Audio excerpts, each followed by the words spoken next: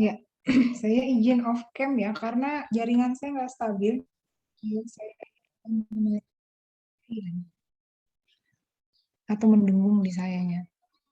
Oke, jadi minggu lalu kita sudah sampai di ini ya, penelitian berdasarkan waktu tunggal dan majemuk. Nah, hari ini kita uh, teruskan ke jenis penelitian berdasarkan pengumpulan data. Nah,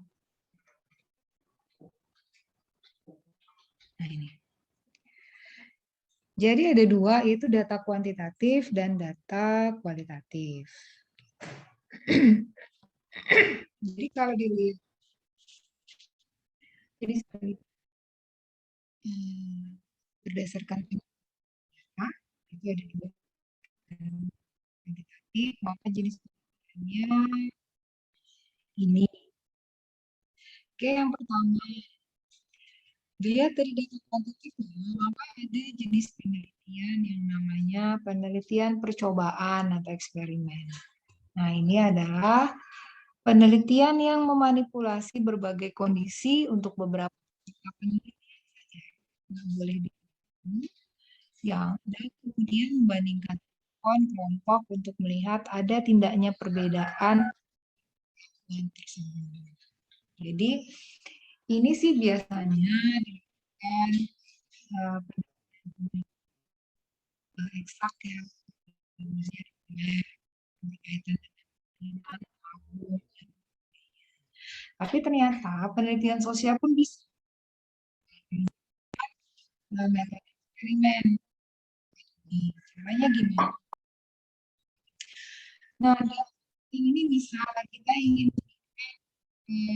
reaksi masyarakat, kelompok masyarakat atau satu fenomena.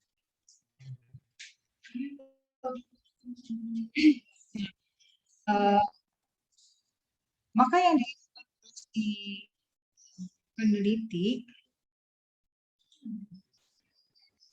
ya sebenarnya saya nggak bagus, mungkin saya nggak pindah jaringan mungkin ya.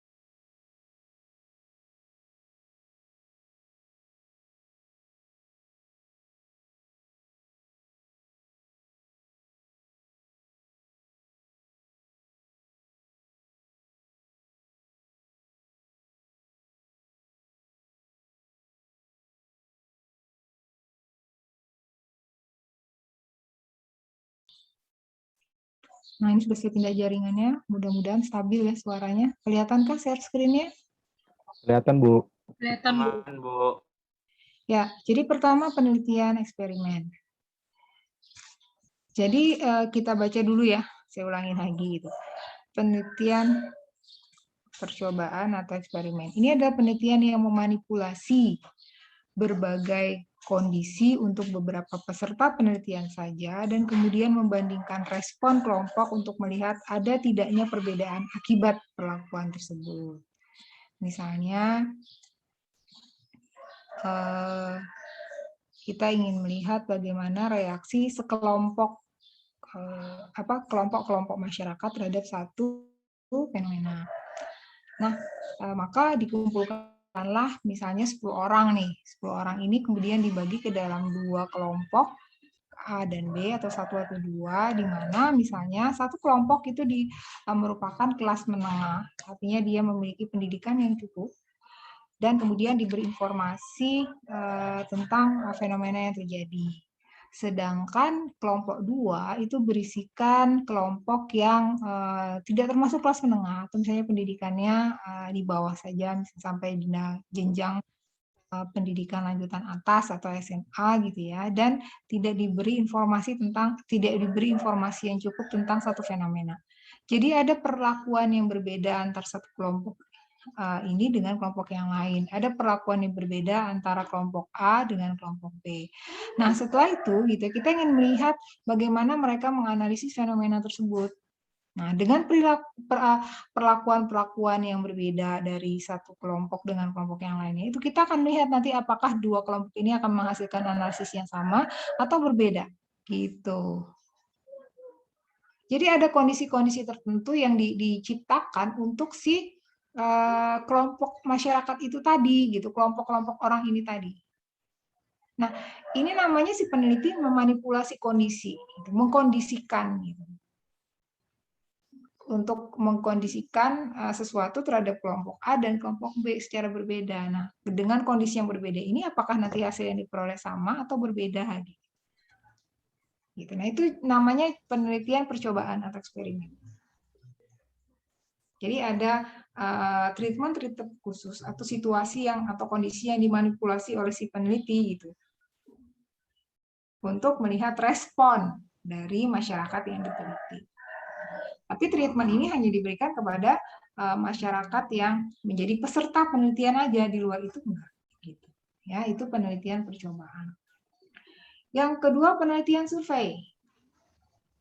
Nah, namanya juga berdasarkan data kuantitatif gitu ya, maka penelitian di sini dikatakan penelitian survei.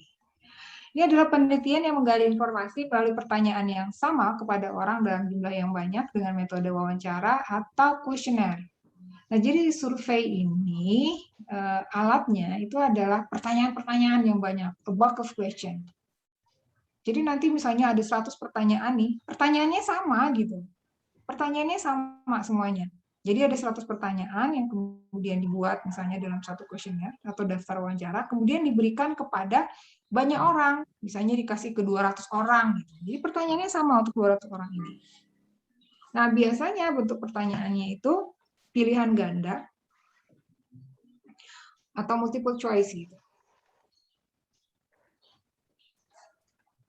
Yang jawabannya bisa iya dan tidak, benar atau salah, atau misalnya baik, tidak baik, kurang baik, atau baik sekali, gitu-gitu.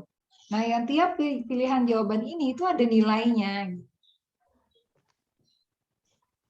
Misalnya kalau kita jawab baik, itu nilainya 4. Kalau kurang baik, nilainya 3. Kalau baik nilainya 3. Kalau biasa nilainya 2. Kalau misalnya kurang baik nilai sekian gitu. Jadi masing-masing pilihan itu ada nilainya. Itu kalau kuesioner. Nah, kalau wawancara gimana? Ya sama aja gitu. Jadi pertanyaannya sama ditujukan ke beberapa orang. Jadi dengan metode wawancara atau kuesioner. Jadi nggak boleh ke satu orang pertanyaannya ini, ke orang yang lain pertanyaan itu. Nggak boleh. Jadi pertanyaannya harus sama. Kalau satu orang dikasih 100 pertanyaan, maka orang lain juga dikasih 100 pertanyaan dengan pertanyaan yang sama. Nanti hasilnya itu bisa diinikan, bentuknya angka gitu. Yang nanti cara menginterpretasi datanya gimana gitu, mencari hasil datanya. Ya tinggal dimasukkan aja ke dalam rumus-rumus gitu, pakai rumus gitu atau dalam tabel dan sebagainya. Ada tabulasinya nanti itu. Nah, nanti cara menghitungnya pakai rumus. Kan data kuantitatif ya. Begitu. Ya meskipun wawancara juga kalau di dalam penelitian kualitatif itu ada, biasanya dia in-depth interview. Jadi tidak harus banyak gitu, kayak dalam pencarian data kuantitatif. Tapi orang yang diwawancara itu dianggap orang yang terbaik gitu dengan kriteria tertentu. Nanti akan kita bahas juga itu. Gitu.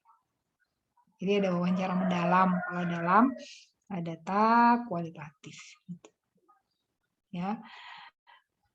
Berikutnya non reaktif.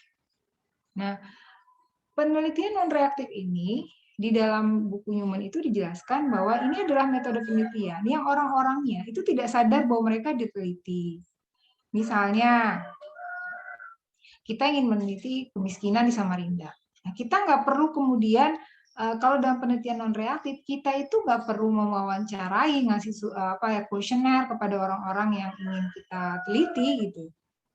Nggak usah, tapi kita cukup mengamati dari jauh aja. Gitu. Misalnya nih kita datang ke lokasi-lokasi di mana secara kasat mata kita bisa melihat ada gambaran kemiskinan di sana. Kemudian kita bisa mencari data-data pendukungnya tentang pekerjaan orang-orang di sana, tingkat penghasilan orang-orang di sana seperti apa, lewat mana gitu. Lewat ya kantor kelurahannya gitu. Tapi yang jelas orang-orang yang sedang kita teliti ini dia tuh nggak sadar, makanya dikatakan non reaktif gitu. Nah, penelitian non reaktif ini menurut Newman itu ada dua, yaitu penelitian penggalian data melalui metode analisis isi dan melalui metode statistik. Penelitian penggalian data dengan analisis isi ini pun gitu ya, meskipun Newman mengatakan ini penggalian data kualitatif, tapi pada faktanya penelitian yang kuantitatif ya, penelitian kualitatif pun juga bisa menggunakan analisis isi, tapi nanti metodenya berbeda. Kalau metode analisis isi untuk mencari data kuantitatif gitu ya, maka nanti juga muncul angka-angka gitu. Jadi misalnya, kan analisis isi itu kayak gini. Analisis isi adalah teknik untuk menelaah isi atau informasi dan simbol yang terdapat dalam dokumen tertulis atau media komunikasi lain. Contohnya foto, film, salah saya tulis filmnya ya, dari lagu, iklan, dan sebagainya. Nah, untuk melakukan analisis isi, kita mengidentifikasi isi materi untuk dianalisis. Jadi kita mengidentifikasi misalnya buku kah, dokumen kah, program atau headline surat kabar atau artikel-artikel. Berikutnya kita interpretasi. Nah, kalau dalam data kualitatif kita menginterpretasi apa sih isi dokumen atau isi buku itu dengan menggunakan kalimat-kalimat, maka kalau analisis isi dalam pencarian data kuantitatif gitu ya, itu nanti interpretasinya berupa angka. Gitu. Karena gini, basically saya lupa ngasih tahu di awal, data kuantitatif itu adalah data yang berhubungan dengan data-data numerik. Jadi angka-angka dia. Sedangkan yang kualitatif itu non-numerik. Dia bisa berupa kalimat dan sebagainya. Yang meskipun kalau penelitian kualitatif itu juga bisa menggunakan data-data statistik atau data-data numerik yang nanti hasilnya dikualitatifkan. Nah, tapi kalau untuk analisis ini sekali lagi, kalau untuk di Newman itu dia masukkan untuk menggali data kuantitatif. Karena nanti setelah menelaah isi atau informasi, mengidentifikasi isi materi yang dianalisis, maka itu nanti muncul dalam bentuk angka. Gitu. Framingnya gimana sih? Gitu. Nah, itu nanti nilainya angka. Kalau kemudian yang kualitatif itu bisa interpretasi aja berupa kalimat. Itu untuk analisis isi. Yang berikutnya metode statistik. Nah, ini adalah penelitian yang dilakukan dengan cara memeriksa ulang atau menganalisis secara statistik data kuantitatif yang telah dikumpulkan lembaga-lembaga pemerintah atau organisasi tertentu. Jadi, caranya atau metode ini adalah menguji lagi data-data statistik yang sudah dikumpulkan oleh aktor yang lain. Entah itu misalnya lembaga pemerintah, lembaga non-pemerintah. Gitu. Yang jelas kita akan melakukan penelitian ulang. Sama enggak gitulah hasilnya. Atau seperti apa. Tapi metodenya metode statistik. Data yang dikumpulkan juga data-data statistik. Gitu. Nah, ini tentu saja gitu ya, yang diteliti kan nggak sadar kalau mereka itu diteliti, karena kita meneliti mereka misalnya melalui dokumen. Misalnya kita mau analisis dokumen nih tentang kebijakan kemiskinan. Nah, orang yang kita teliti itu nggak sadar gitu, karena kita melihatnya dari misalnya hanya program televisi, artikel berita gitu, atau dari kebijakan-kebijakan yang evaluasi kebijakan yang dibuat oleh pemerintah gitu. Jadi kita nggak bersinggungan langsung sama orang yang kita teliti gitu. Sama dengan penelitian statistik ini juga data-data tentang orang-orang miskin aja yang kita peroleh di kelurahan yang akan kita lihat. tanpa kita bersinggungan langsung dengan orang-orang yang kita teliti. Makanya penelitian ini disebut dengan penelitian non-reaktif. Berikutnya adalah data kualitatif. Nah, dalam teknik pengumpulan data kualitatif ini, kita bisa melakukan penelitian lapangan dan penelitian historis komparatif. Penelitian lapangan ini adalah penelitian di mana penelitinya secara langsung mengamati dan mencatat orang-orang dalam penataan ilmiah untuk jangka waktu lama atau jangka waktu tertentu. Jadi nggak harus lama banget gitu, nggak. Tapi umumnya gitu ya, penelitian lapangan ini dilakukan 6 bulan. Itu biasanya dianggap cukup gitu untuk memahami situasi dan kondisi di mana objek penelitian itu kita teliti. Jadi misalnya nih, ya sebetulnya penelitian H itu bisa juga penelitian lapangan, tapi asal yang tidak memakan biaya tinggi. Artinya ketika kita ingin datang ke satu lapangan untuk melakukan penelitian, kita nggak biayanya nggak tinggi. Kayak misalnya ingin meneliti Taliban datang ke Afghanistan, kan itu kejauhan gitu. Untuk meneliti tentang AS datangnya ke Amerika gitu. Karena nggak cuma datang untuk 1-2 hari gitu ya harus lama gitu. Apalagi kalau disertasi gitu, biasanya 6 bulan. Supaya betul-betul memahami masalah yang diteliti gitu. Nggak cuma sehari 2 hari terus pulang, ya nggak bisa. Untuk cuma mencari data di kantor-kantor tertentu gitu. Ya bisa jadi, tapi kan mengamati lebih tergantung, biasanya kalau di Indonesia tergantung dana penelitian ya gitu. Kalau di luar negeri itu tergantung penelitian, dananya keluar. Kalau di sini tergantung dananya gitu, maka akan berapa lama kita stay-nya gitu. Jadi yang jelas kalau penelitian lapangan itu kita datang sendiri ke lapangan, mengamati objek penelitiannya gitu. Apa sih yang terjadi? Jadi apa, mengapa, bagaimana, di mana, kapan itu terjawab gitu. Itu penelitian lapangan. Kalau misalnya kita ingin melihat kalau di Kalimantan Timur kita juga bisa melakukan penelitian, misalnya kita ingin melihat bagaimana konservasi lingkungan yang dilakukan dalam di kawasan Taman Nasional Wehea misalnya yang ada di Kukar kan kayak gitu. Nah, apakah misalnya konservasi ini society based atau government based? Apakah hanya dilakukan oleh pemerintah atau juga dilakukan oleh masyarakat? Nah, itu bisa kita datang ke sana, kita teliti gitu. Ya kan kalau misalnya temanya sederhana kayak gitu, kita bisa aja, bukan sederhana ya, maksudnya lokasinya deket-deket aja dan murah aja gitu ya, kita bisa aja melakukan lapangan. Nah, kalau kayak anak AP atau misalnya IP, itu bisa aja misalnya mereka penelitiannya di kelurahan, kecamatan. Nah, kita kan nggak gitu. Akhirnya kita daripada instead of gitu ya melakukan penelitian lapangan, field research, kita akhirnya studi literatur aja atau library research atau literature study gitu. Itu penelitian lapangan. Yang kedua gitu ya, penelitian historis komparatif. Ini adalah penelitian yang menyelidiki data mengenai peristiwa dan kondisi dalam sejarah masa lalu atau dalam masyarakat yang berbeda. Historis komparatif. Nah, ini nggak harus ya, namanya historis itu sesuatu yang sudah lewat. Bisa 5 tahun ke belakang, bisa 10 tahun ke belakang, atau berpuluh tahun ke belakang gitu. Tapi kan kalau terlalu lama biasanya juga nggak ini ya, tidak disetujui kalau mengajukan penelitian yang tahunnya lama, karena udah pasti bisa dipastikan atau udah bisa dipastikan penelitian itu dilakukan oleh orang-orang terdahulu gitu. Kecuali ingin mendekonstruksi. Terus komparatif misalnya, apakah harus dibandingkan? Ya bisa aja gitu, kejadian yang lalu itu dikomparasikan, bisa juga enggak. Nah, terus apakah harus dalam masyarakat yang berbeda-beda? Enggak juga, bisa masyarakat yang berbeda-beda, bisa satu masyarakat aja. Yang jelas historis komparatif itu ya sudah lewat gitu. Makanya dia dikatakan penelitian yang menyelidiki data mengenai peristiwa atau kondisi dalam sejarah masa lalu dan atau dalam masyarakat yang berbeda. Contoh nih gitu ya. Ingin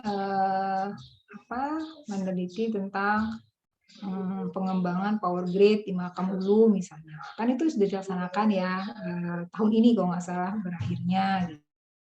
Atau kalau mau diperpanjang ya kita bisa melihat gitu. Tapi kalau ingin melihat dari sisi historis komparatifnya bisa yang sudah lewat. Nah, biasanya memang anak itu lebih memilih penelitian yang sudah selesai supaya apa datanya tuh udah ada gitu. Meskipun mahasiswa saya kemarin itu yang baru ujian skripsi itu dia melihat dampak Brexit terhadap perdagangan barang dan jasa Inggris dengan Uni Eropa. Nah, itu nggak bisa historis komparatif karena baru Januari 2021 Brexitnya gitu. Sehingga dia hanya prediktif. Prediktif itu pun berdasarkan apa ya catatan-catatan dari Januari sampai dengan Maret saja akhirnya. Karena catatan tentang perdagangan barang dan jasa itu baru tersedia datanya itu Januari sampai Maret, belum ada sampai Juni. Akhirnya ya itulah gitu. Makanya anak AI seringkali lebih suka yang historis komparatif, sesuatu yang udah lewat supaya datanya tuh udah full gitu. Meskipun penelitian mahasiswa saya itu juga nggak salah sih, karena ya sangat tergantung pada data di lapangan. Jadi historis komparatif, yang sesuatu udah lewat, bisa aja membandingkan historis komparatif. Bisa dipahami ya? Nah, itu menurut Newman yang terakhir gitu. Nah, sekarang kita beralih, atau ada yang mau ditanyakan dulu tentang ini, teknik pengumpulan data kualitatif dan kuantitatif? Sebelum kita move on ke jenis penelitian Singer dalam buku yang berbeda. Bu, saya mau nanya. Iya, silakan. Tadi yang seperti Ibu katakan, yang kalau memang yang sesuai yang skripsi tadi Bu, yang kalau cuman kayak prediksi-prediksi itu untuk skripsi boleh aja kah Bu? Boleh. Tapi harus jelas dulu gitu ya, kalau misalnya dia prediktif, harus jelas dulu dasar untuk memprediksinya apa gitu.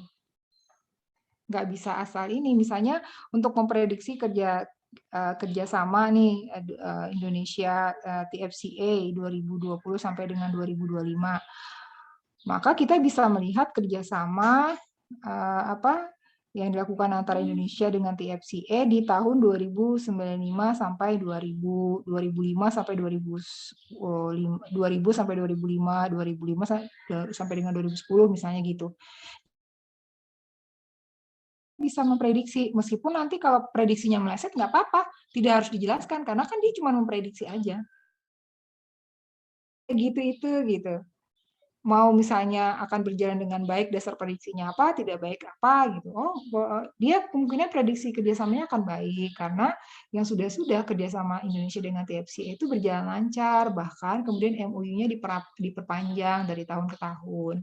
Nah, itu kamu harus punya dasar yang kuat, mengumpulkan data yang banyak untuk memprediksi ke depannya seperti apa. Meskipun kalau prediksi meleset juga bukan salahmu gitu. Karena kan dia memprediksi aja. Tapi lagi-lagi dasar prediksinya harus jelas. Boleh kok begitu gitu. Cuman karena kepastiannya sangat tinggi, ketidakpastiannya sangat tinggi, ya banyak juga sih yang menghindari gitu penelitian prediktif itu. Nah, itu yang nanti dijelaskan salah satunya oleh Singer. Nah, Singer kan menjelaskan jenis-jenis penelitian di dalam tulisannya itu. Kalau judul bukunya yang kemarin saya kasih lihat yang hitam itu International Politics and Foreign Policy ya, tapi judul artikel yang ditulis oleh Singer itu adalah Level of Analysis Problem in International Relations. Itu judul artikelnya. Nah, jenis penelitian yang ditulis J. David Singer ya, kita pakai lafalan bahasa Indonesia aja gitu. Di dalam artikel itu ada 3. Yang pertama deskripsi, yang kedua explanatory, dan yang ketiga adalah prediksi. Nah, ini nanti kita bicarakan. Tapi untuk menambah penjelasan ya tentang jenis-jenis penelitian ini saya tambahkan dari penjelasan beberapa sumber gitu, karena di dalam Singer itu dia tidak begitu fokus sih menjelaskan apa sih ini, jadi dia langsung pada kasusnya gitu yang dia ceritakan. Pertama untuk jenis deskripsi. Jadi deskripsi ini merupakan skema penelitian yang menyajikan gambaran lengkap dan tidak terdistorsi atau terganggu, terhambat oleh satu fenomena. Gambaran ini harus berkorelasi dengan realitas objektif dan sesuai dengan objek empiris yang dituju hingga tingkat akurasi tertinggi yang paling memungkinkan. Jadi sama juga dengan penjelasan penelitian deskripsi sebelumnya, ini merupakan penelitian yang menyajikan gambaran lengkap, gambaran secara mendetail atau mencari informasi detail tentang sesuatu, baik itu fenomena, baik itu perilaku dan sebagainya, dan tidak terdistorsi, gitu. Jadi tidak terganggu. Nah, jadi kan sama-sama ya. Kalau ini bahasanya memberikan gambaran lengkap, kalau yang sebelumnya mengatakan informasi yang detail. Yang jelas dia menyajikan gambar. Nah, gambaran ini tuh harus berkorelasi dengan realitas objektif. Jadi, gambaran ini, informasi yang lengkap itu harus sesuai dengan realitas objektifnya, apa yang bisa kita lihat, dan memunculkan makna-makna gitu.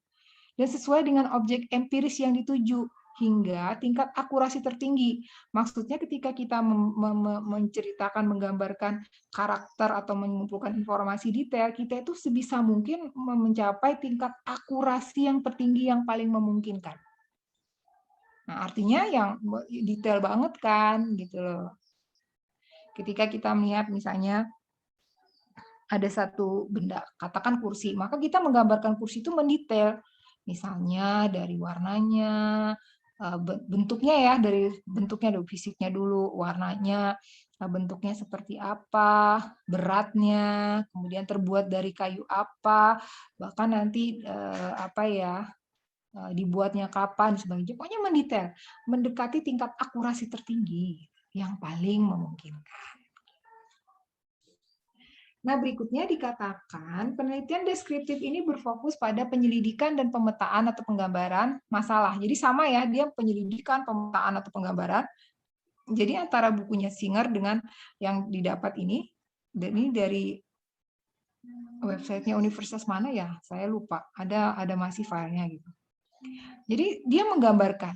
Nah, jadi berfokus pada penyelidikan dan pemetaan atau penggambaran masalah. Jadi dia bisa menggambarkan satu masalah atau fenomena, bisa menggambarkan proses, dan bisa menggambarkan hubungan atau fenomena lain yang ada. Nah, untuk hubungan ini nanti harus dibedakan antara penelitian deskriptif dengan penelitian eksplanatori. Kalau penelitian deskripsi yang menjelaskan hubungan, pasti dia hubungan kausal ya, sebab akibat. Tapi dia nanti rumusan masalahnya bunyinya gini, bagaimana pengaruh A terhadap B, atau bagaimana dampak A terhadap B. Itu hubungan kausal kan. Jadi ada peristiwa satu yang menyebabkan peristiwa yang lain. Contohnya, bagaimana pengaruh konflik Laut Cina Selatan terhadap keamanan kawasan. Maka rumusan masalah tersebut itu membutuhkan jawaban untuk menjelaskan bagaimana pengaruh Laut Cina Selatan atau dampak Laut Cina Selatan terhadap keamanan kawasan. Nah, penelitian yang hubungan kausal itu pasti dua variabel. Tapi kalau cuma bunyinya bagaimana pelaksanaan kerjasama, itu satu variabel aja. Yang dua variabel itu biasanya ada gambaran hubungan kausal. Ada sebab, ada akibat. Maka X-nya, variabel X-nya itu adalah konflik Laut Cina Selatan. Variabel Y-nya itu adalah konflik keamanan kawasan. Jadi bagaimana variabel X mempengaruhi variabel B. Tapi itu lagi-lagi kalau dalam penelitian kuantitatif. Kalau dalam penelitian kualitatif yang dijelaskan oleh Singer, itu nggak ada variabel X, variabel Y. Yang jelas dia hanya ingin melihat pengaruhnya aja. Dia hanya ingin menggambarkan. Nah, secara mendetail pengaruh A terhadap B, pengaruh konflik Laut Cina Selatan terhadap keamanan kawasan. Nah, itu hubungan kausal. Sebabnya adalah konflik Laut Cina Selatan, maka akibatnya adalah keamanan kawasan. Apakah nanti keamanan kawasannya itu akan baik saja, atau tidak baik? Gitu.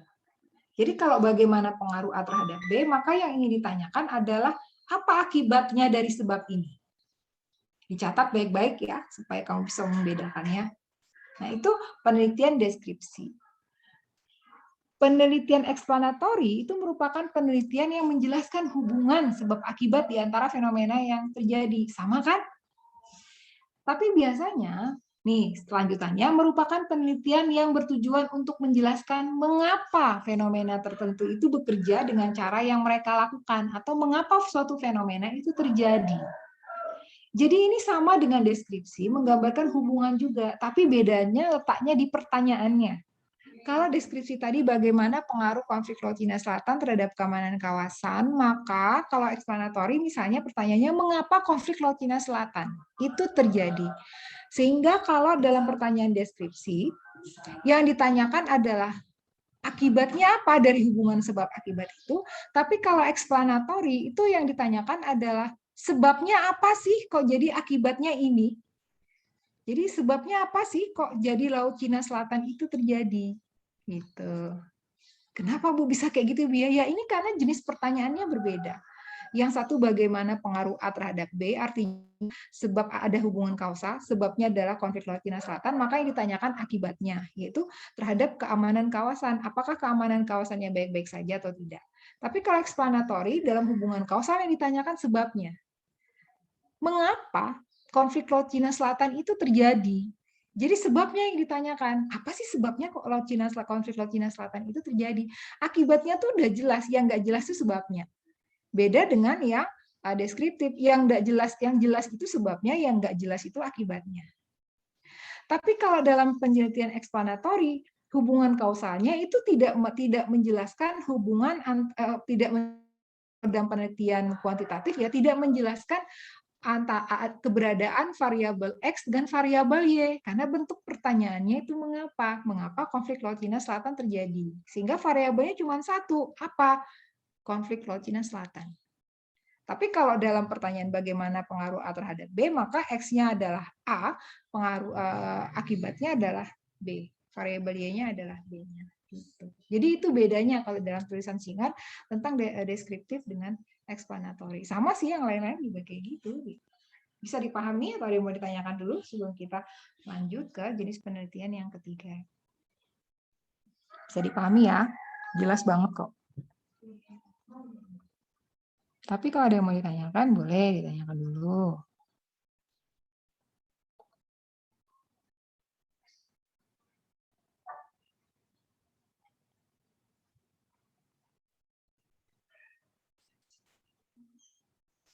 Nggak ada pertanyaan, oke kita lanjutkan. Yang ketiga adalah prediksi. Kita baca dulu ya. Nah, penelitian prediktif terutama berkaitan dengan peramalan atau memprediksi hasil, konsekuensi, biaya, atau efek. Jenis penelitian ini mencoba memperhitungkan atau meramalkan kemungkinan dari analisis fenomena yang ada, kebijakan atau entitas lain untuk memprediksi sesuatu yang belum dicoba, diuji atau diusulkan sebelumnya. Nah, jadi prediksi itu meramalkan ke depannya kayak apa. Tapi yang diramalkan ini adalah sesuatu yang ada, baru ada biasanya. Contohnya nih kita ingin lihat bagaimana pelaksanaan kerjasama power grid, water treatment, bukan water treatment antara Indonesia dengan Norwegia di tahun 2021 sampai 2025. Nah, 2021 kan baru sekarang, 2005-nya belum, gitu. Masih ada 2002 yang belum ada, belum berjalan, 3, 4, sampai 5.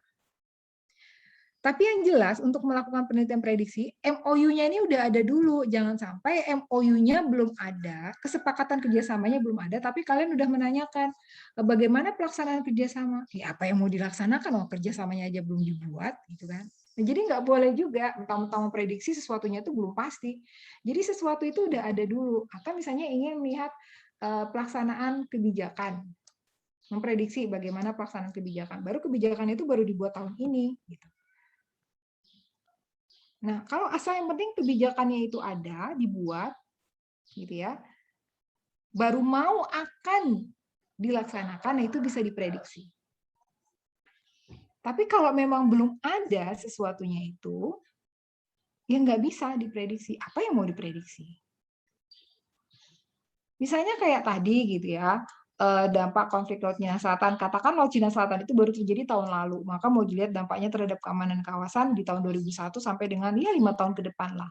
Nah, jadi konfliknya tuh udah ada dulu, baru mau kita lihat efeknya ke depannya seperti apa. Jadi sesuatunya itu udah ada dulu, maka dampaknya baru kita lihat efeknya misalnya atau pelaksanaannya. Nah, itu prediksi, karena kita memprediksi. Tapi sekali lagi, dasar memprediksinya juga harus kuat. Nah, penelitian empiris yang berkaitan dengan peramalan peristiwa atau perilaku masa depan, seperti penilaian variabel pada satu titik. Oh, sorry, gini bacanya. Penelitian prediksi adalah penelitian empiris yang berkaitan dengan peramalan peristiwa atau perilaku masa depan, seperti penilaian variabel pada satu titik waktu untuk memprediksi fenomena yang dinilai pada titik waktu berikutnya. Gitu. Jadi apa yang dilakukan sekarang itu digunakan untuk memprediksi apa yang terjadi di masa yang akan datang. Makanya kan dasar untuk memprediksinya jelas apa fenomena yang ada saat ini. Nanti fenomena yang ada saat ini digunakan untuk menganalisis fenomena yang akan datang. Contoh, ini contoh di buku ya. Misalnya, seorang peneliti mungkin mengumpulkan data sekolah menengah seperti nilai, kegiatan ekstrakurikuler, evaluasi guru, kursus lanjutan yang diambil, dan nilai tes standar untuk memprediksi ukuran keberhasilan perguruan tinggi seperti nilai rata-rata saat kelulusan, penghargaan yang diterima, dan kemungkinan untuk melanjutkan pendidikan yang lebih lanjut. Gitu. Jadi seorang peneliti itu untuk memprediksi ke depannya, dia mengumpulkan data-data yang ada di satu titik waktu tertentu yang saat ini, supaya misalnya tahun depan dia bisa membuat prediksi hasil yang di keberhasilan, ukuran keberhasilan perguruan tinggi. Gitu. Tapi dia ngambil datanya misalnya dari data sekolah menengah, atau bahkan juga ingin mengukur keberhasilan atau prestasi sekolah menengah yang tersebut yang bersangkutan berdasarkan data-data yang terkumpul pada tahun ini, supaya misalnya ke depannya kira-kira kayaknya sekolah ini akan menjadi sekolah favorit misalnya. Bisa jadi karena apa yang dikumpulkan sekarang bernilai positif. Tapi sekali lagi kalau prediksinya itu gagal juga nggak masalah. Gitu. Bu, tadi kan ada pertanyaan nih. Kalau misalnya dalam penelitian prediksi itu, prediksi kita tuh meleset, Bu, setelah 5 tahun ke depan kejadian, ternyata prediksi kita itu nggak tepat. Apakah kemudian prediksi itu dianggap, penelitian itu dianggap tidak valid? Ya, enggak juga, nggak apa-apa. Jadi si peneliti itu tidak bisa mengkondisikan hasil penelitian harus berjalan sesuai dengan keinginannya. Lagi-lagi, bahkan tidak prediksi pun juga nggak masalah, gitu. Nah, yang penting adalah kalau untuk penelitian prediksi, kalau hasil akhirnya tidak sesuai dengan prediksi kita, nanti ke depannya tidak perlu dijelaskan. Kenapa? Karena kita sifatnya cuma memprediksi aja bahwa kerjasama ini akan baik, karena kerjasama yang lalu baik, maka kerjasama yang ini kayaknya nanti akan baik. Udah cukup. Bu, ternyata kerjasamanya nggak berjalan. Ya nggak apa-apa, karena kita memprediksi. Yang harus dijelaskan kemudian kenapa pelaksanaan kerjasama itu tidak berjalan dengan baik seperti sebelum-sebelumnya, itu kalau penelitiannya itu sifatnya eksplanatif atau deskriptif. Kalau eksplanatif kan misalnya mengapa kerjasama ini tidak berjalan dengan baik, padahal yang lalu-lalu itu baik jalannya. Nah, itu dijelaskan. Tapi dia tidak lagi memprediksi. Artinya itu udah lewat. Sama dengan deskriptif. Jadi bagaimana pelaksanaan kerja? Oh, ternyata pelaksanaan kerjasama yang ini nggak baik, padahal yang dulu-dulu baik. Nah, ini terjadi karena bla bla bla gitu. Jadi penelitian prediksi itu tidak bertanggung jawab untuk menjelaskan seandainya nanti hasil prediksinya itu tidak berjalan sesuai dengan kenyataan yang akan datang. Karena dia hanya memprediksi aja. Tapi kalau penelitian deskriptif dengan eksplanatif, kalau hasilnya itu kemudian mengecewakan dan dia sifatnya tidak lagi memprediksi, maka dia wajib menjelaskan kenapa penelitian kerjasama itu tidak berjalan dengan baik. Atau mungkin itu yang menjadi rumusan masalahnya, kenapa kerjasama itu tidak berjalan dengan baik. Atau kayak penelitian mahasiswa saya gitu ya, jadi dia tuh meneliti kerjasama. Kerjasama itu baru berjalan 3 tahun. 2 tahunnya belum. Kerjasama pariwisata Indonesia-Perancis. Nah, di tahun pertama dengan kedua itu berjalan dengan baik. 2019 dengan 2020 berjalan dengan baik. Tapi kemudian 2021 itu terhenti karena COVID. Nah, 2 tahun ke depan gitu ya, akhirnya dia tuh mencampurkan deskriptif dengan prediktif. Nah, dia melihat karena di 2 tahun, di tahun 2019 dan 2020 kerjasama ini berjalan dengan baik, terhentinya hanya karena COVID. Jadi dia mengatakan pelaksanaan ini akan berjalan baik seandainya masalah COVID itu bisa diatasi dengan beberapa strategi yang sudah dibuat oleh kedua pemerintah, misalnya ini. Nah, itu bisa. Jadi dia menjelaskan pelaksanaan kerjasamanya baik, tapi kemudian terhenti. Karena apa? Oh, karena COVID gitu. Tapi kemudian untuk 2002 sampai dengan 2002 sampai dengan 2003-nya itu akan kecenderungan akan berjalan dengan baik karena ada strategi yang sudah dipersiapkan oleh kedua negara untuk melanjutkan kerjasama. Gitu-gitu jadinya. Bisa dipahami ya? Ada yang mau ditanyakan dulu? Ya, Ya. saya Bu mau bertanya Bu. Nah Nah, Bu, gini Bu, jika di dalam penelitian prediktif ini Bu ditemukan berbagai kemungkinan kan Bu, misalkan lebih dari satu kemungkinan. Kalau misalkan kita ambil contoh misalkan AUKUS saya lah misalkan dalam beberapa tahun ke depan itu dalam penelitian prediktif itu kita menemukan berbagai kemungkinan Bu yang terjadi. Nah, apakah hanya satu prediksi saja yang kita masukkan atau semua bentuk dari kemungkinan dari penelitian prediktif itu wajib dimasukkan gitu? jadi gini, kamu mau melihat dari sudut pandang yang mana sebetulnya? Ya semua kemungkinan bisa saja kamu dimasukkan gitu ya, karena ini prediksi juga. Tapi jangan lupa dasar memprediksi itu harus kuat sehingga dasar-dasar memprediksi itu nanti akan lebih ke arah yang mana gitu. Jadi kalau kamu misalnya prediksinya akan sesuai dengan prediksinya mengikuti skenario 1, Bu. Nah, skenario 1 itu dasar teorinya apa? Dasar kamu prediksi apa?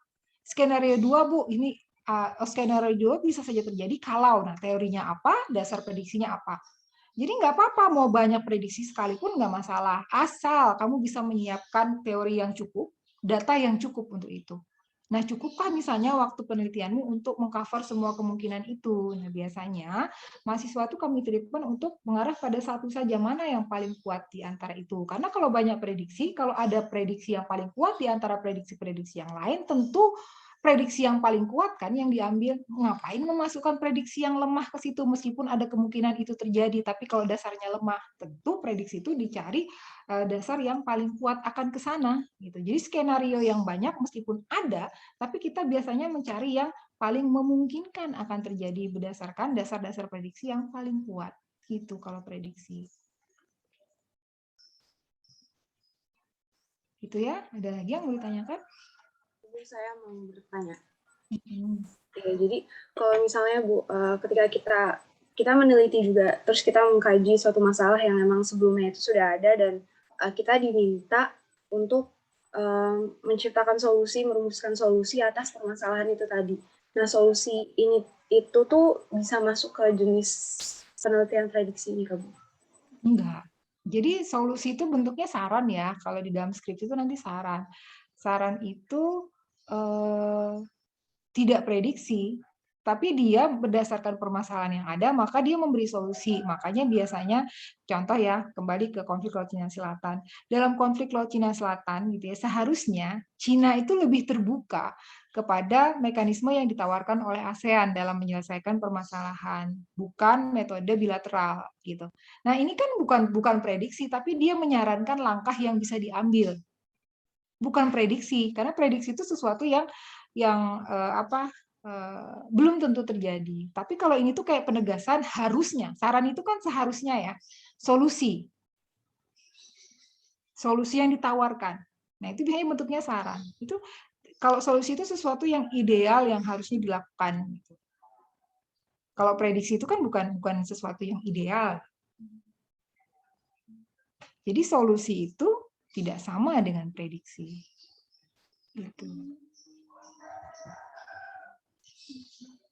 Gitu ya, ada lagi yang mau ditanyakan, silakan. Bu, kalau misalnya penelitian prediksinya kayak misalnya ya, kalau misalnya kayak tuan rumah perhelatan akbar kayak misalnya Olimpiade yang 2036 kita ngambil belum pasti itu bisa ngambil seperti itu Bu, atau misalnya masih belum bisa gitu karena kita nggak pasti jadi tuan rumah.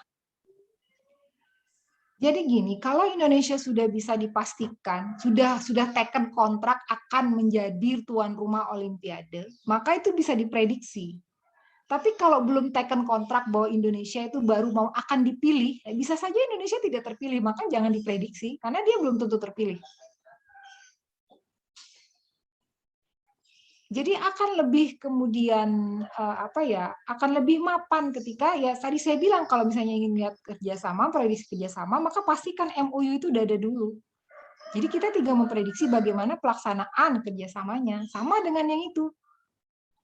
Kecuali sudah diputuskan Indonesia menjadi tuan rumah Olimpiade 2030 misalnya, baru kemudian kita prediksi kesiapan Indonesia seperti apa. Indonesia kayaknya siap kok, buktinya ini gitu. Tapi bisa dipastikan Indonesia udah terpilih dulu. Jangan kemudian Indonesia akan siap, makanya akan lebih bagus kalau Indonesia dipilih. Nah itu bukan memprediksi gitu. Pun kalau dikatakan prediksi itu sesuatu yang sangat lemah karena belum kejadian, belum bisa dipastikan Indonesia juga menjadi tuan rumah. Makanya di sini kan dikatakan prediktif itu berkaitan dengan peramalan hasil, konsekuensi, biaya atau efek. Memperhitungkan, meramalkan kemungkinan dari fenomena yang ada. Jadi fenomenanya tuh udah ada dulu gitu. Kebijakannya udah ada dulu gitu. Baru kita prediksi pelaksanaannya, kemungkinannya. Jadi gitu. Gitu ya. Oke, Bu, terima kasih. Oke. Nah, ini end of slide gitu ya.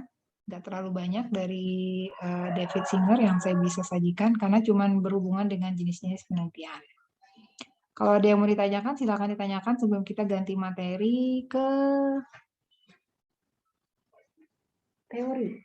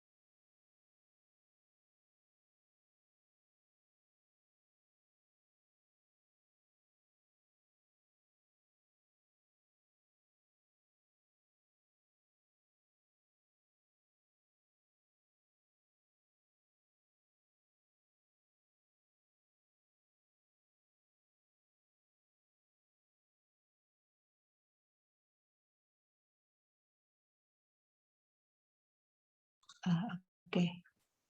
Nah, ini berikutnya akan kita bahas, yaitu teori dan penelitian. Ada 4 hal yang kita bicarakan di sini, yaitu definisi teori versus ideologi. Nah, ini mungkin menjawab pertanyaan yang muncul di kelas teori HI 2 ya, bedanya teori dengan ideologi. Kemudian bagian-bagian dalam teori sosial itu apa aja, dan kemudian aspek dalam teori sosial itu apa aja. Tapi sebelum kita lanjutkan, saya minta izin istirahat 2 menit untuk mengistirahatkan pita suara saya yang dari jam 8 pagi tadi. Ya. Saya udah ngajar. 2 menit aja. Teori dan penelitian. Kita lihat ke definisi teori dulu. Nah, jadi sebetulnya gitu ya, bahkan para ahli pun tidak memiliki kesepakatan yang baku tentang teori, kecuali karakternya saja gitu, karena masing-masing itu memiliki definisi yang berbeda tentang teori.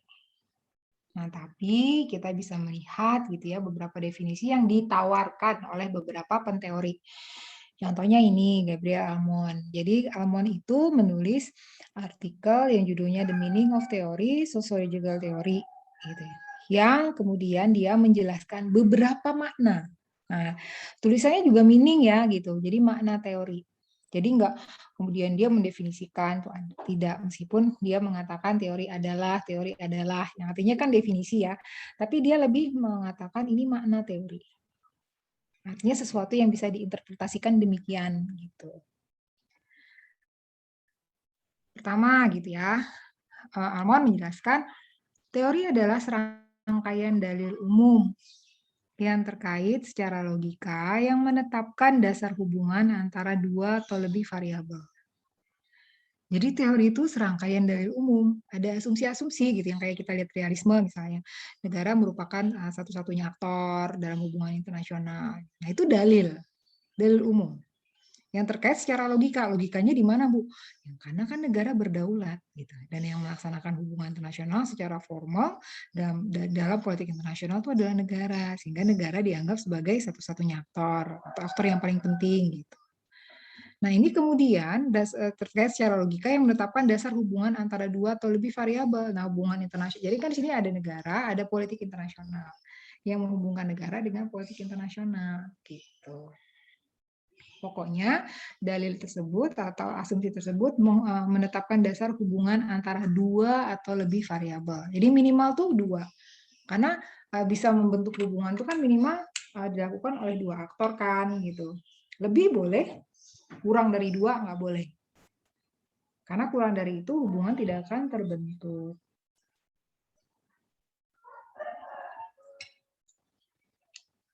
Yang kedua maknanya.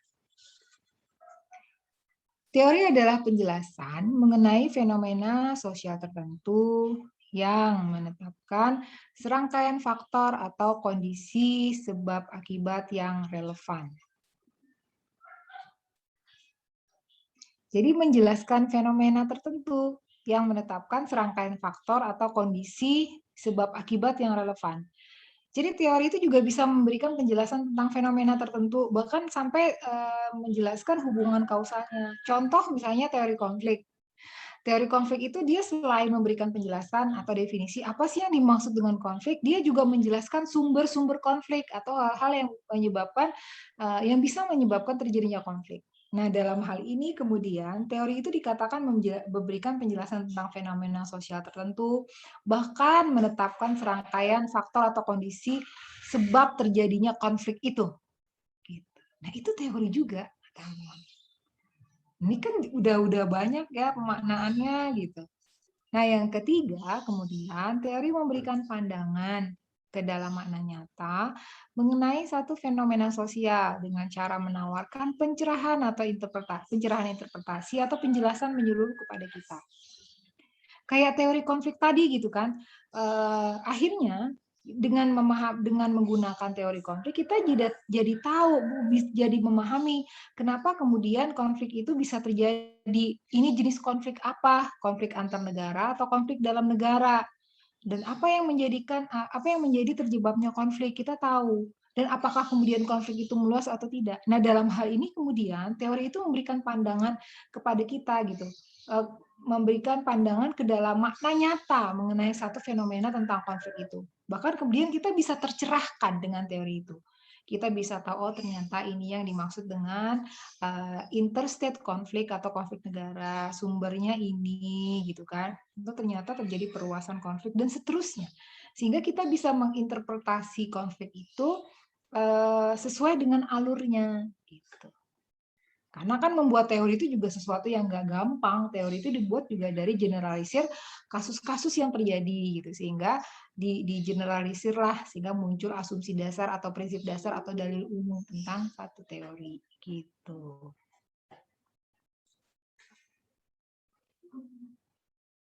Yang berikutnya,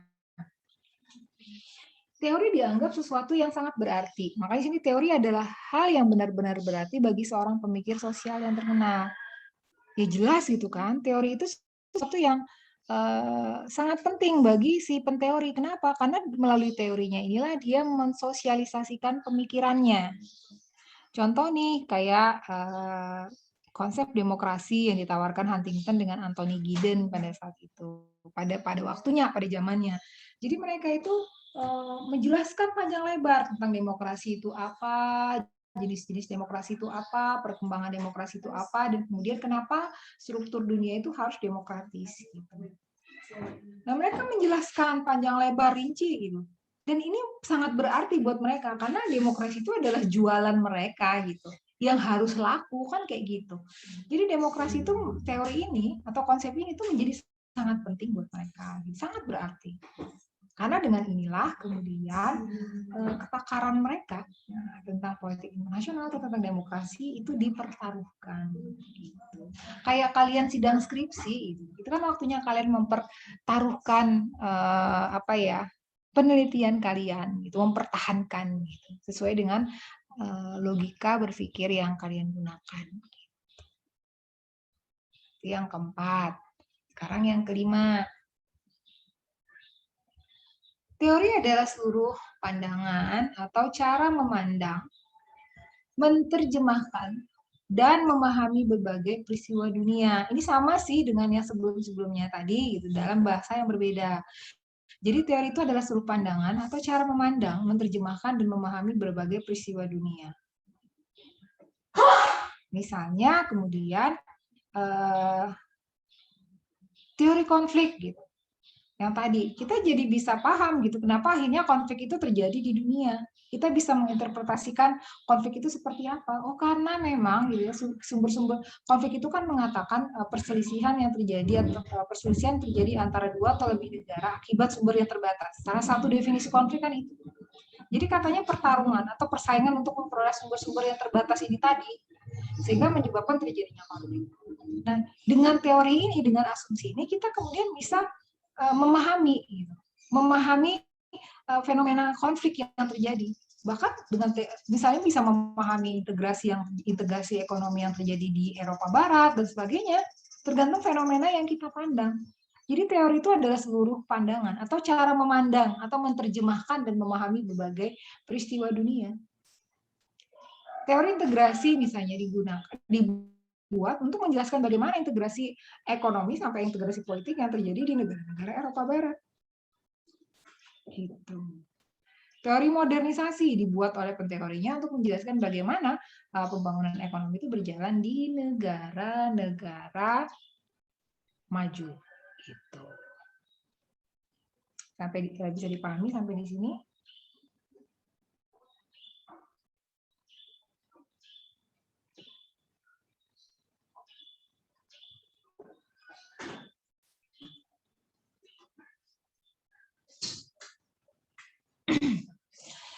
Yang keenam, teori adalah kritikan berdasarkan pada sudut pandang moral politik.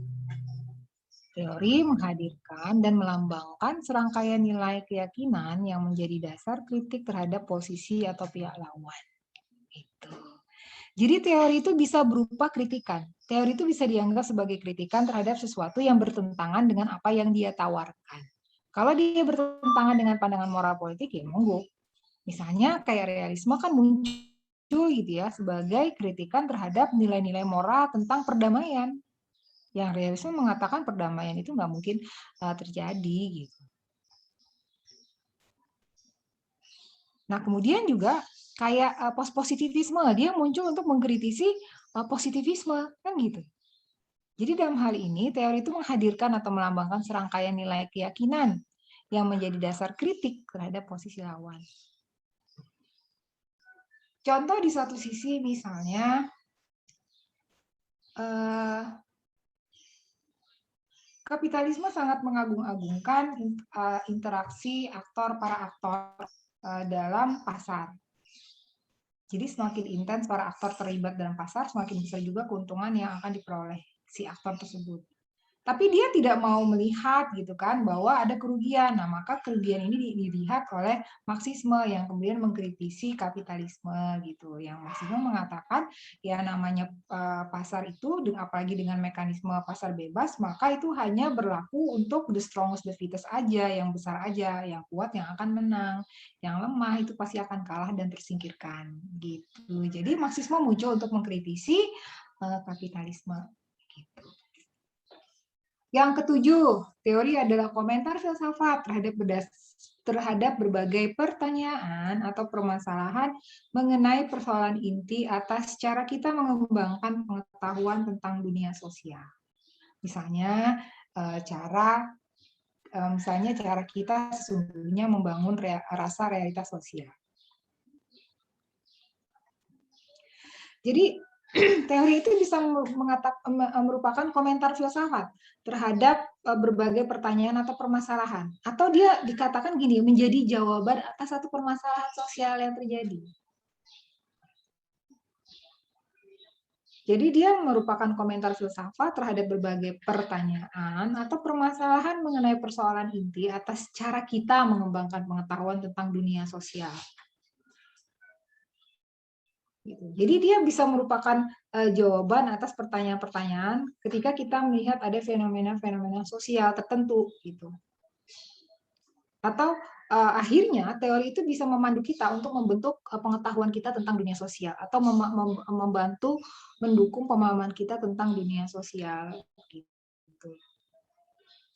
Nah, itu teori. Jadi ada 7 ya, yang lebih kurang sebetulnya sama aja sih gitu. Tapi ini adalah pemaknaan teori menurut Gabriel Almond. Sampai sini, kalau ada yang mau ditanyakan. Kalau nggak ada, kita lanjut. Nah, kalau kemudian tidak ada kesepakatan umum tentang teori itu, tapi teori juga memiliki pemaknaan yang banyak seperti yang tadi dicontohkan oleh Almond, maka pertanyaan berikutnya adalah lalu apa teori itu gitu. Kan gitu ya.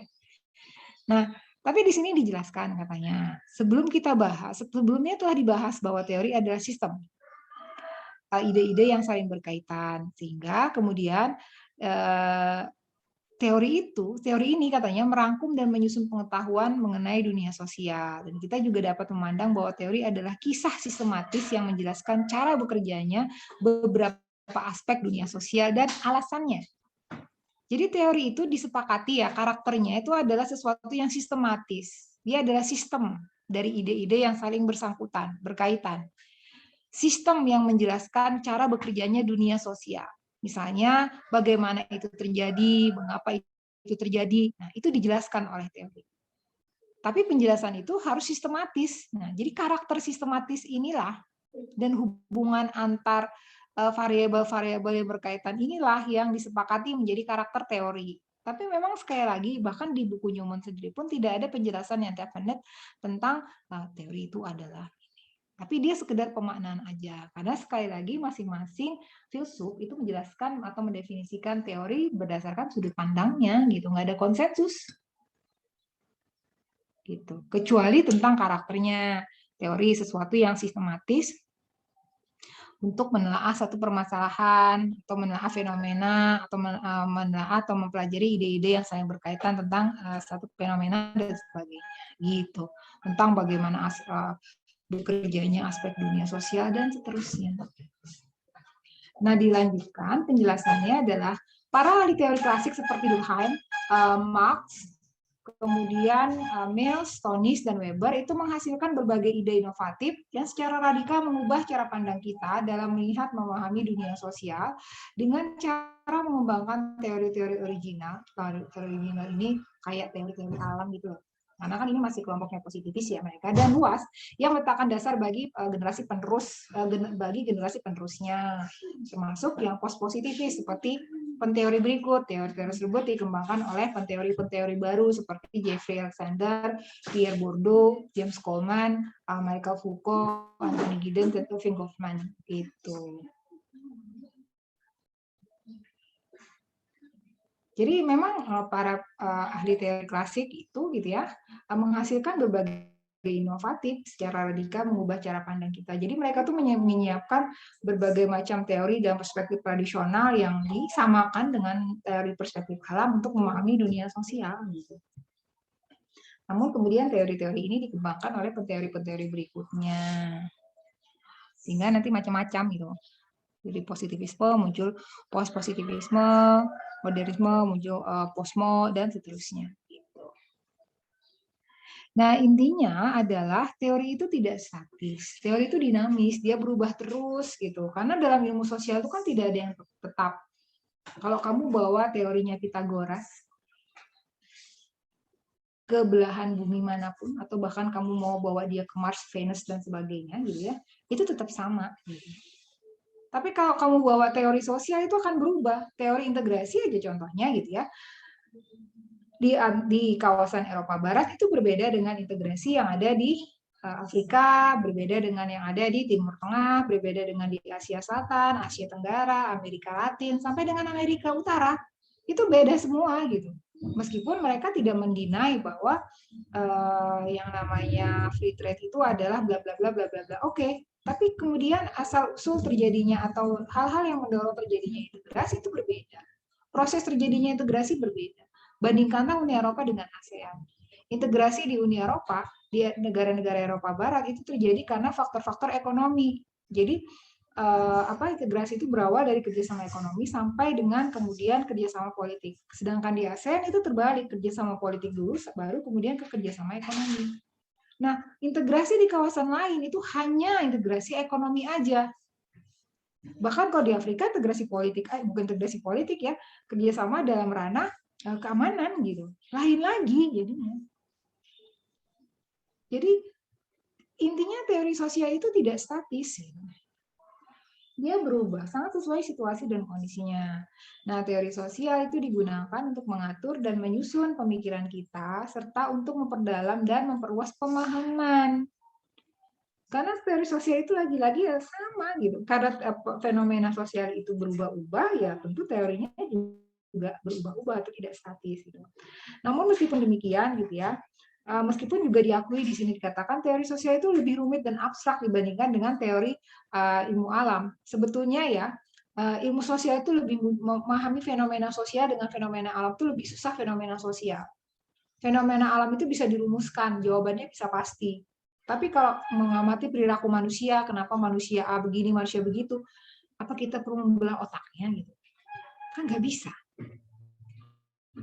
Sangat tergantung gitu orangnya yang mana dulu, gimana dulu kehidupannya dan sebagainya.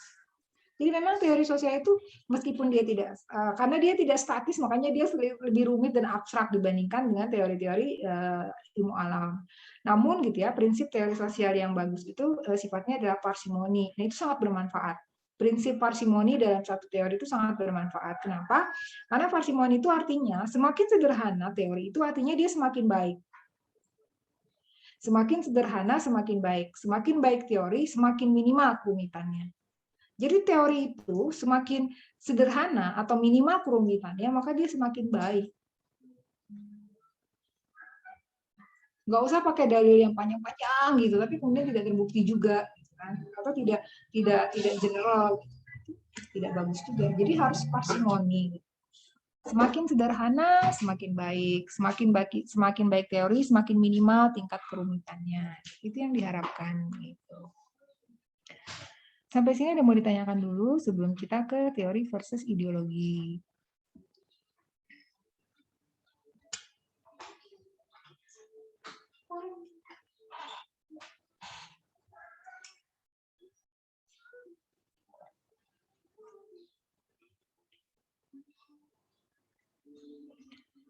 Oke, kalau tidak ada kita lanjutkan ya. Kita bandingkan teori versus ideologi.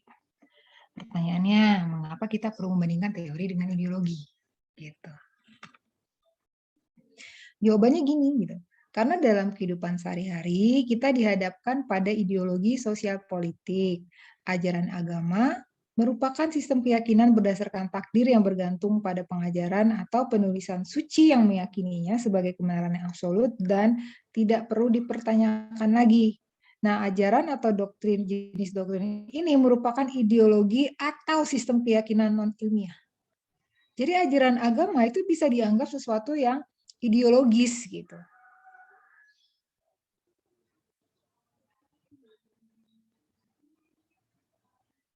Nah, dan ini kemudian sesuatu yang dianggap kebenaran absolut yang hakiki gitu. Kalau misalnya kita ditanya, kenapa Anda sangat mempercayai realisme? Karena jawaban kita ya selama yang namanya negara ini ada di permukaan bumi, maka realisme masih tetap bisa menjelaskan hubungan internasional atau politik internasional. Tapi kalau misalnya Anda ditanya, kenapa Anda memeluk agama Islam misalnya? Anda jawab ya, karena keyakinan saya. Oke, betul keyakinanmu. Tapi apakah betul demikian? Karena kebanyakan ya orang di Indonesia itu menganut satu agama itu karena faktor keturunan. Karena orang tuanya A, maka anaknya A juga. Sangat sedikit kemudian orang memilih agama atau beragama sesuatu gitu karena misalnya dia mempelajarinya dulu. Jadi mempelajari semua agama gitu, baru kemudian dia memilih satu. Jarang ya, meskipun ada. Tapi karena faktor keturunan, karena orang tuanya Islam, maka anaknya harus meyakini kebenaran Islam itu gitu.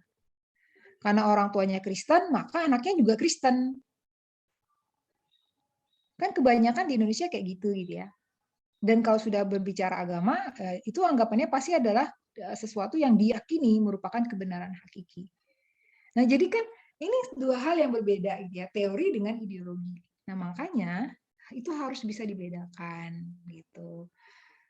Meskipun nanti contoh ideologi itu nggak cuma agama aja, ada yang lain. Kayak Nazi misalnya, itu kan ideologi Nazi, ideologi supranasionalisme yang merasa atau superioritas Eropa yang merasa bangsa Eropa itu yang terbaik, meskipun dijelaskan secara ilmiah itu kadang juga nggak jalan gitu loh. Emangnya orang-orang pintar cuma datang dari Eropa aja? Nyatanya gitu ya, orang Israel itu, Bani Israel itu diyakini orang yang memiliki IQ tertinggi. Kan gitu. Tapi kenapa orang Eropa merasa dia superioritas Eropa? Merasa bahwa ide tentang superioritas Eropa itu betul. Gitu loh. Nah, jadi kan ini ide supranasionalisme kayak ide Nazi gitu ya. Nasionalisme yang berlebihan itu kan kadang menjadi tidak ilmiah gitu. Tapi karena itu diyakini sebagai satu kebenaran yang hakiki, maka ya dianggap benar gitu loh. Beda dengan teori. Nanti kita lihat perbedaannya gitu. Perdebatan terhadap berbagai persoalan publik melibatkan ideologi, baik ideologi religius, sosial politik, atau keduanya. Jadi ya harus membandingkan teori itu juga begitu, karena ada perdebatan terhadap berbagai persoalan publik yang melibatkan ideologi, baik ideologi religius, sosial politik, atau keduanya. Doktrin ini sering tampil dalam media massa, dalam kampanye korporasi atau kelompok kepentingan yang baru yang digunakan oleh para politisi untuk mencari pembenaran ya, kurang M, mencari pembenaran untuk kebijakan publik atau undang-undang baru.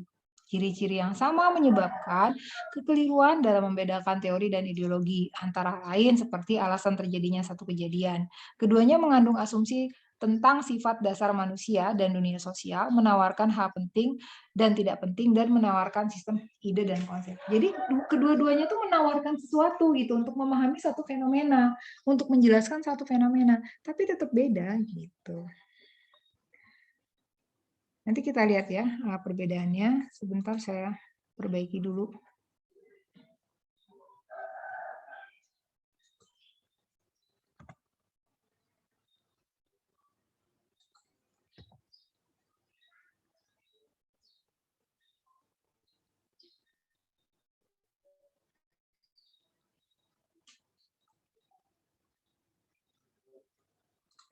Nah, ini berikutnya adalah perbedaan antara, kelihatan ya, antara ideologi dengan teori. Nah, silakan diamati dulu sebelum saya jelaskan.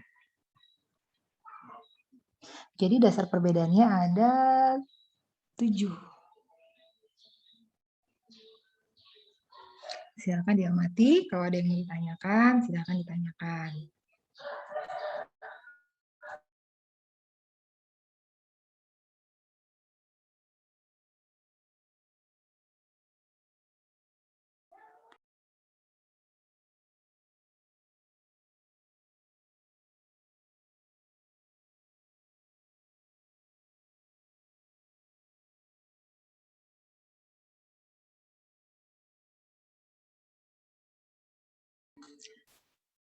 Ada yang mau ditanyakan atau membingungkan? Pasti membingungkan ya, karena belum dijelaskan. Ya.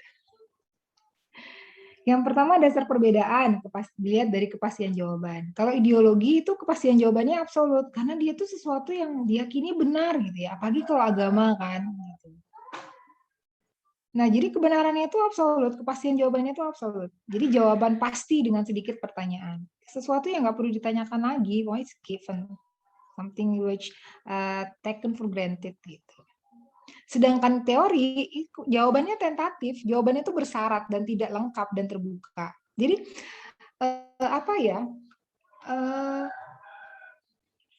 teori itu memberikan asumsi, tapi asumsi itu cenderung terbuka dan dia bisa dikritisi gitu, sehingga dia dikatakan terbuka dan tidak lengkap. Karena biasanya teori itu digunakan untuk menjelaskan satu fenomena dari sisi yang dia mau aja.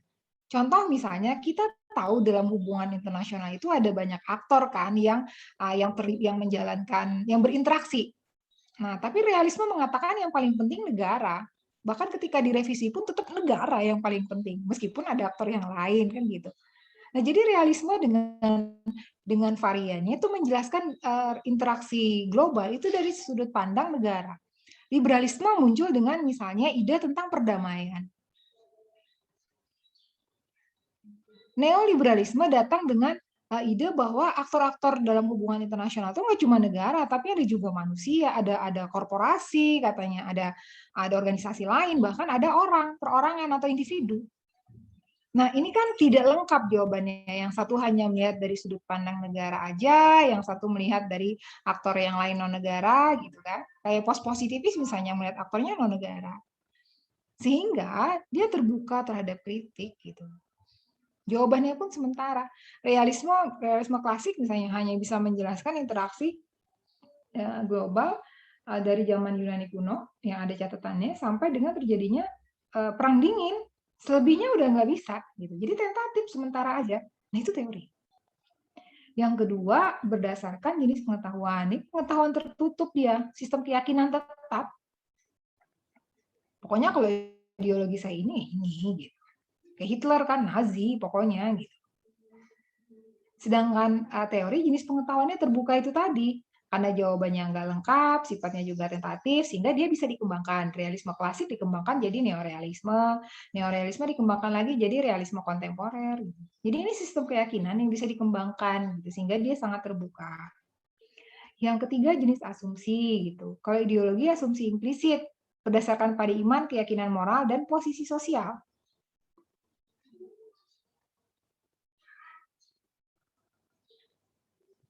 Gitu. Sedangkan teori asumsinya asumsi eksplisit, berubah-ubah berdasarkan perdebatan terbuka, ilmiah dan rasional. Yang meskipun realisme tetap realisme gitu ya, tapi setidaknya ketika dia tidak mentok gitu, tidak bisa menjelaskan hubungan internasional pasca perang dingin atau perang dingin itu bubar, ya maka muncul gitu realisme kontemporer gitu. Setelah terjadi perdebatan panjang gitu.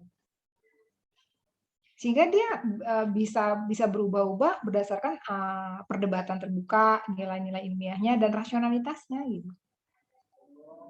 Gitu. Izin sebentar ya, ada azan.